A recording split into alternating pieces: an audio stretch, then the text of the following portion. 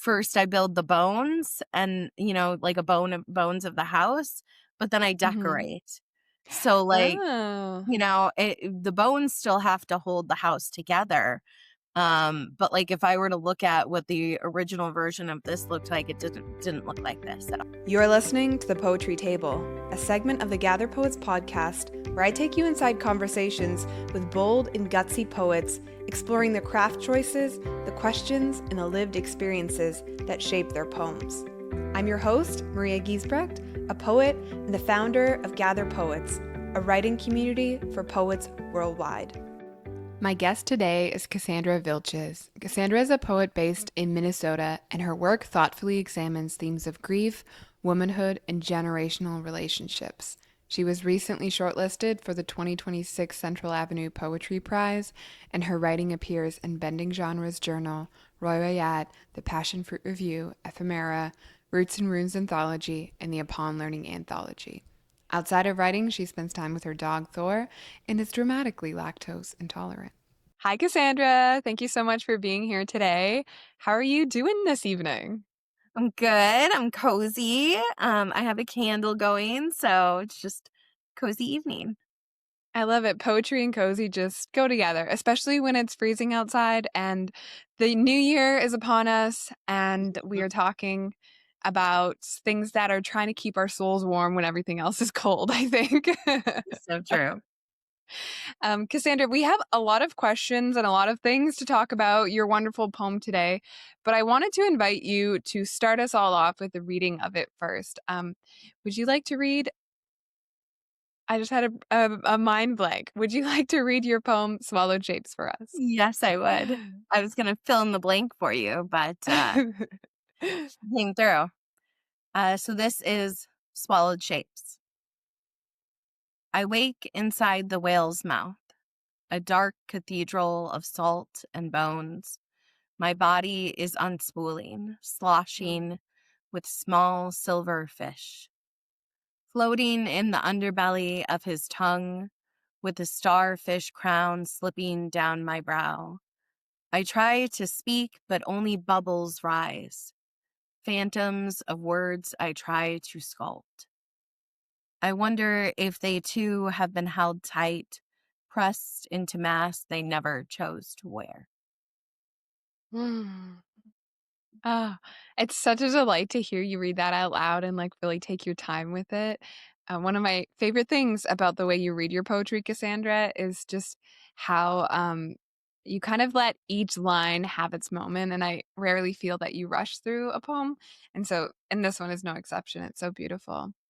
What was it like for you, or do you remember when you were writing this poem? What was happening inside your world, outside of your world, and what was the general kind of inspiration behind the poem?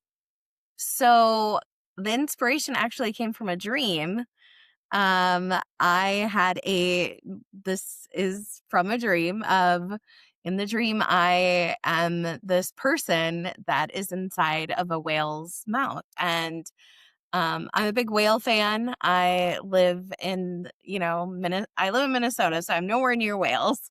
However, whales I just think are so majestic and they're so beautiful, and people are always in awe of just how ginormous they are.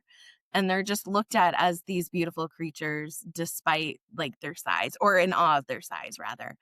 Um, and yeah, so I woke up in the middle of the night dreaming about being inside a whale, and it wasn't like I was scared or anything.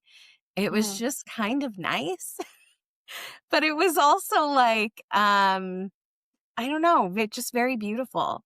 I imagine I've only seen a whale up close like one time, and I just Mm. imagine the inside of their mouth would be just as beautiful as the outside of their body. So, yeah, so and I actually voice memoed you the my dream, and I don't remember all the details of the dream. It's probably been over a year by now.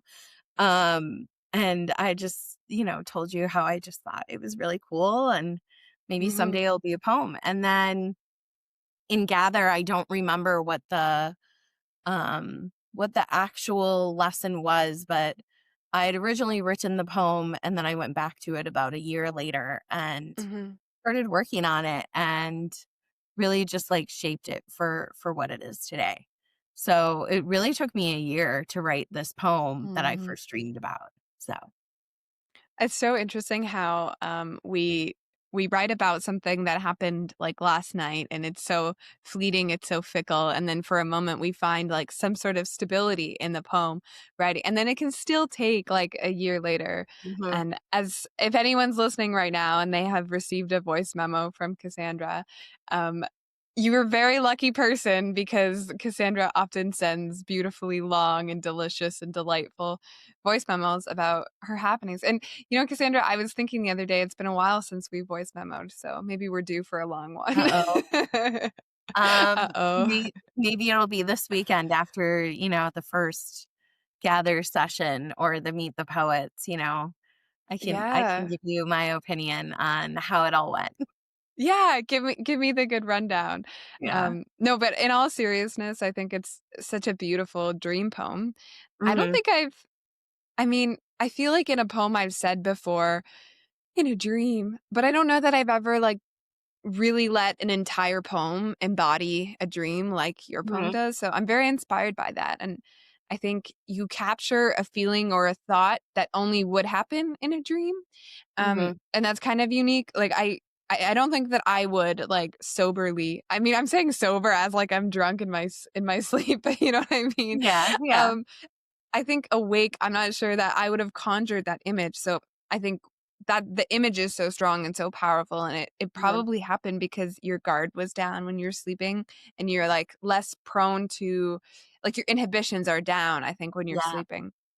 Has does that happen for you often, or like how have you ever had another poem come to you very much like that from a dream? That is a really good question. Because I do have another poem that I wrote that's based upon a dream, but haven't finished it yet. So, Oh. but it's funny that you say like I wake in a dream or something like that in a poem. With Swallowed Shapes, I really tried to avoid that because I really wanted to, like you said, embody the feeling of being in the whale and Mhm. experiencing that firsthand.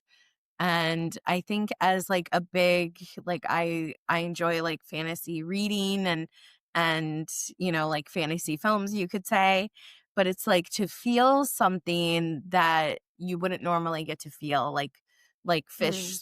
sloshing around you or wearing a starfish crown, like you can do anything in your imagination.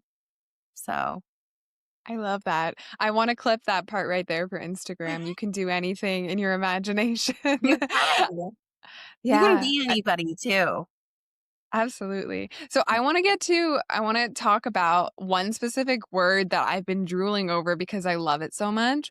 And I wanna ask you what you thought of when you were writing this word and still maybe what the image is that comes to mind.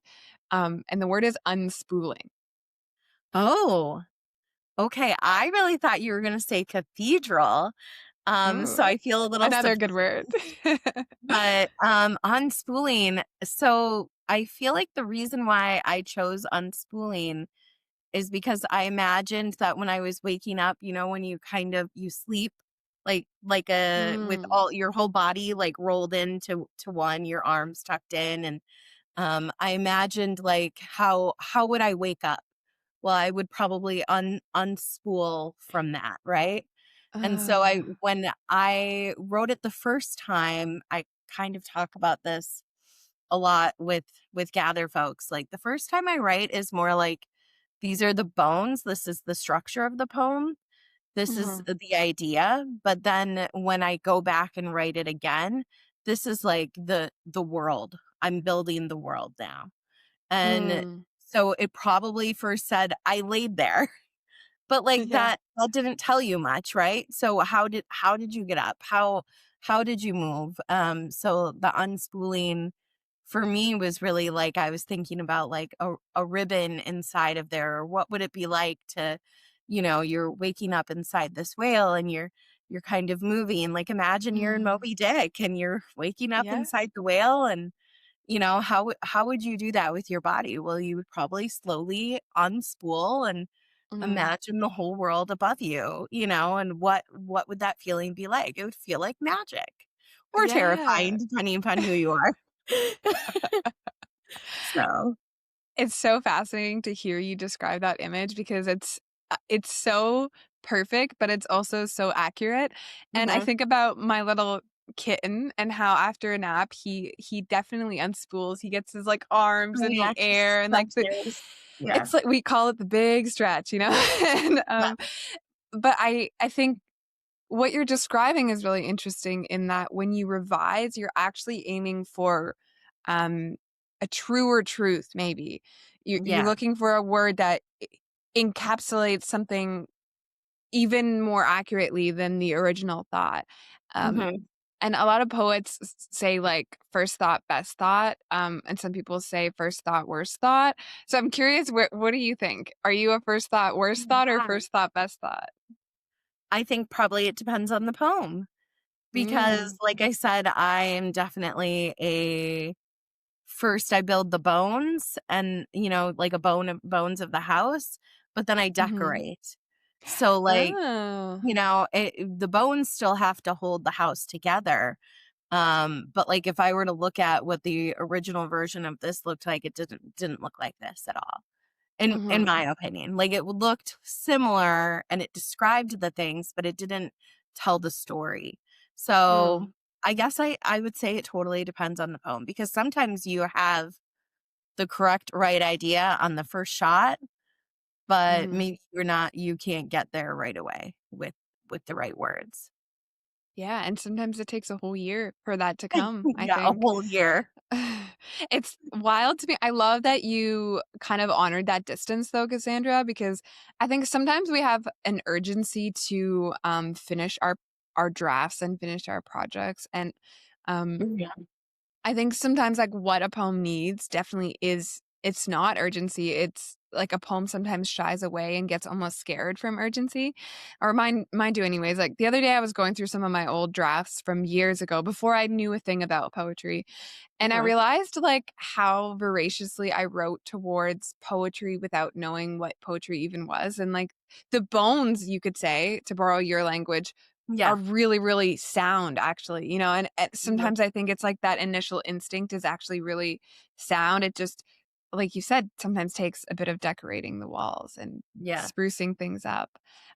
So has it ever happened to you that those two things happen in the same sitting? Like, do you ever start a poem, get some bones going, if you will, and then Mhm. decorate at the same time, or do you build bones and decorate at different times? Yeah. So, I have been working on a chat book and there is a poem Mhm. in the chat book called Day 8 Liz Frank Recovery because the surgery that I had is called Liz Frank. Um but I wrote this poem while I was so bored at home, and it's only like day 8. And I just like described all the things that I had been doing, which was like I watched the mail go by with my dog and we counted all the popcorn on the ceiling. And, I watched the 25th episode of Grey's Anatomy in a row. And like, there was no other way to do this poem besides build the whole thing at once because I was Mm. also describing what was happening to me at the same time as it's Mhm. occurring. So I think sometimes, again, it probably just depends on the poem, but like this poem in particular, I got to build my world as it's happening because Yeah. that's how bored I was. So and that's what the poem is about. It's about, like, Yeah. sitting in recovery and sitting with what you know now, which is, like, basically nothing because I was bored and knew nothing, I couldn't do anything. Yeah. I couldn't even, like, go up the stairs without assistance, so it was just like, Mhm. I had to deal with what I had, which was, counting the popcorn on the ceiling and learning to be envious of people that have, 2 feet as they walk by with their dog. Yeah. Um, Oh, but my but heart. that would be a good example of, like, sometimes it's, like, in order to build the world, you have to, like, build the whole poem at once. So, Mhm. I find poems where the poem is actually taking place as the poet is writing it really Mhm. fascinating. Um, like something that comes to mind is like a poem that maybe like I guess the quote that Robert Frost famously said was like, "I have never written a poem that I didn't discover." Or I think I'm misquoting that right now, but I love that saying because I think sometimes it's very evident that a poet is writing the poem and it's kind of like the poem is happening to them as they are writing it, Yeah. rather than like preconceiving of a notion and then writing about that notion. It's like, oh, I'm just going to describe the popcorn in the ceiling on my poem because I have no other choice. Like this Yeah. is what I Yeah. have right now. um, and I think coming to a poem like that is actually kind of coming to a poem with humility, because it's like I have nothing else at this moment, but this is all I have, so I'm going to still give my poem that. And I think your chapbook is there's probably a lot of poems, maybe, I would imagine, that kind of were like, "This is all I have to give at the moment, Yes. so I'm going to Yeah. give my poem what I have." Um, tell us a I little. Sorry, I'm go ahead, sorry, go Cassandra. ahead. I was just I gonna was say, just tell us listening. more. Well, I'll tell you more. So yeah, I was just gonna say I feel like probably at least 90% of the poems are like that in the chapbook. Mhm, Maybe more. I don't know. There's only 16 poems so far. I'm not opposed to having more. It's just kind of this is the type of project where I can't just like make it up because this whole mhm, experience happened to me. And so I'm writing from experience. So all of the poems are in timeline order. So what you see, like if you read the chapbook, if it ever gets picked up, you know, um, I um I just think like the an interesting way of telling the story is to literally tell it in timeline order because that's how it mhm, happened to me. That's how I wrote it. I didn't really write anything out of order. The last poem I wrote is about like how I feel like I'm Bambi learning how to walk. I feel like mhm, I'm, just like steps away from falling over again. Um mm, but I feel like I think a lot about right now what my physical therapist said, and that is between now and say the next 2 weeks when I see them again, like there's not going to be a lot of change. There's not going to be a lot of things mhm, happening. And so I also keep thinking about that in the sense of the poems of like, well, does that mean there's not going to be a lot to write about? mm. Because in the beginning I really like banged them out over and over again, Yeah. and now it also has been kind of slow coming. Has there not been a lot of change? But it's Mhm. like you are changing and you are growing. It's just like you're not going to see it as much as you saw it in the beginning. So, Yeah. For sure, and I think even if you just embody the feeling of the popcorn ceiling feeling, which is like, "What do I have going on right now?" Then I mhm, think you can extend that to any sort of scenario in life. right, Like, maybe my life is going slow at the moment, but there are things happening that are unique to my day. right. And that maybe is like what Mary Oliver calls us to do, which is just like in times of where there's so much stuff happening, yes, it's really easy to notice, but when not a lot of stuff is happening, it's a bit harder and it's a challenge for us to notice. Mhm, But I think that's like training us as poets. So maybe think about the next few weeks as like training for your noticing as a yeah, poet. yeah, I think that because I know, Cassandra, like you can turn anything if you would want to into poetry. So I have yeah. no doubt that you're going to find a few more poems if your chapbook is calling for that, you know? Yeah. I mean, that's also the thing too. I think I'm really listening to what the chapbook wants and what Mhm. the rest of the collection wants because I don't want to force anything. I want it to just happen the Mhm. way it's supposed to. And I don't want to feel like, oh, I have to write something because, Yeah. that has to occur. I want to feel like this collection feels like its complete sense of the whole story of, Mhm. somebody going through a surgery or recovery of some kind. So, Yeah. I yeah. think there's trust that I can sense that you have between your writing, and I think that is a like, that can be a way for a writer to find confidence as well, is to trust that their instinct towards what their poetry, it's like I think what probably musicians train their ear to hear from their songs. We as poets can do the same for our poetry, Mhm. like actually listening for, like when you get a pet. I'm talking about my kitten a lot because I love him so much. But when we got a Mozzie, I had to learn him. I had to learn what his Yeah. sounds were and like what does he do when he want. And we kind of have to do the same for our poems, I think, sometimes, because they are living things. I really believe that. Yes. Yeah. And it's a long road. Well, for anyone listening right now, if you're curious and you would like to read Swallowed Shapes by Kassandra, it is in our 2025 Gather anthology. But if you're like on Instagram right now and you want to read it on Instagram, just scroll back a few months. It's there. I think it was it in October or November, Cassandra? Why am I blanking? I think it was October. I think Yeah, so. I think so. Yeah. Actually, you know what? Even better, I will link it in the description of this podcast when it goes live. So, I'm Make learning it these things, easier. you know? Mm. But yeah, thank you so much for hopping on the podcast to talk a little bit about your poem and your chapbook and your writing life, Cassandra. It feels just like it's been a long time coming. Just me and you. It feels like a long voice note, does it not? It does. Actually, these are my best days when we just hang out together and write, and I get to hear about your life and you get to hear about mine. Mhm. And Mhm. and not just us, but everybody, like, in Gather, I just always feel so connected to everybody, and I'm excited to Mhm. see, we have another round coming up, and I'm excited to see how what everybody writes. Like, it'll just I know. be another beautiful season of celebrating each other. I think so. I think your intuition is right there, Cassandra. I have the same feeling.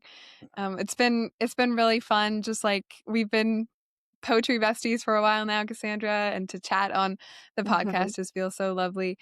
If folks are wanting to connect with you online and read more of your wonderful work and ask you how you're doing and how your foot's doing, um, maybe send you a voice note. Where's the best place to reach you? So the best place is on Instagram. It's just my name with a dot in between. So Kassandra.Vilchis. And then I also have Substack, which is again my name, but I truthfully haven't posted since I think October. But that's because I had the surgery and, I was doing other things.